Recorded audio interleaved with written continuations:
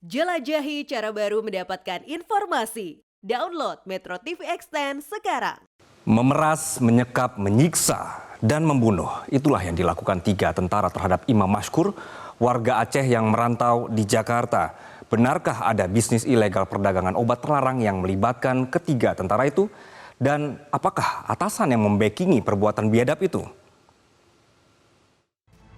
Ibu sayang anak, cepat-cepat kirim duit 50 juta. Saya bilang jangan pukul lagi anak saya usahakan kirim duit malam ini, tapi saya nggak ada duit. Saya cari dulu duit sebab kami orang miskin, jangankan 50 juta, 1000 pun nggak ada duit. Miris dan tragis, itulah kenyataan pahit yang menimpa Ibu Fauzia dan keluarganya yang mendengar Imam Mashkur anaknya disekap, disiksa, dan dibunuh di Jakarta.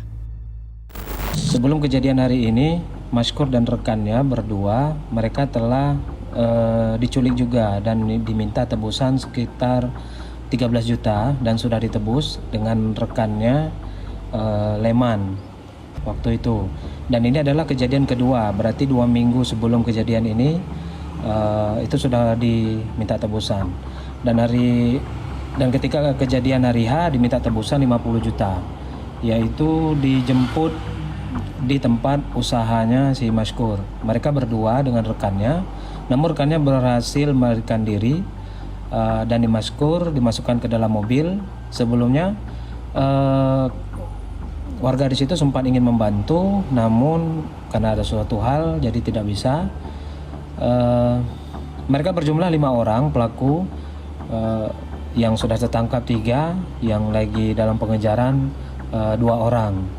Si Mashkur berarti mengalami patah tulang di bagian rusuk, rahang, dan penganiayaan di badan bagian lain.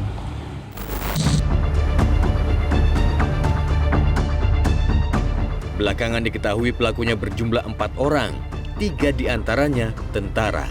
Ketiga tentara yang menebar angkara itu kini sudah ditahan dan menjadi tersangka, yaitu Praka RM, seorang anggota Pas Pampres, Praka HS dari Satuan Direktorat Topografi TNI AD, dan Praka J dari Satuan Kodam Iskandar Muda.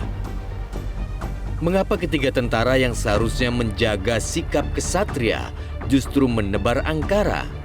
Dari hasil penyelidikan sementara, motif pembunuhan yang dilakukan trio tentara penjagal itu adalah motif ekonomi. Terus kita dalami motif lainnya. Memang sementara yang dari keterangan yang sudah didapatkan oleh penyidik Pemdam Jaya hingga saat ini, yang terkuat motifnya adalah ekonomi. Artinya memang pelaku ini sudah lebih dari 1 kali melakukan hal yang sama untuk memeras korban maupun keluarganya untuk meminta uang tebusan. Benarkah ada bisnis ilegal perdagangan obat terlarang yang melibatkan ketiga tentara itu? Adakah atasan yang membackingi perbuatan biadab itu?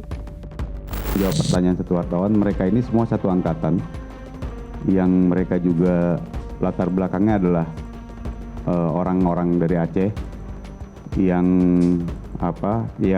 sama-sama dinas di Jakarta, yang sama-sama berada di Jakarta, sehingga mereka melakukan itu secara bersamaan, terencana untuk penculikan dan pemerasannya ya.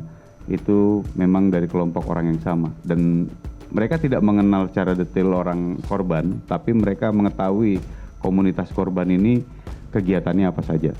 Jadi boleh jadi ini adalah bahagian dari jaringan mafia obat ya, yang selama ini di backup oleh oknum-oknum tertentu, dan tentu saja itu tidak gratis semuanya. Nah, karenanya kita berharap Kapolri dan Panglima TNI harus bisa ya mengusut ini sampai tuntas. Akankah ketiga tentara itu dihukum maksimal atas perbuatan biadabnya? Yang seadil-adilnya menurut apa undang-undang yang berlaku di negara kita, kayak mana dia udah bikin keluarga kita, yang setimpal lah dengan perbuatan dia. Dari keluarga kami nggak ada maaf buat dia.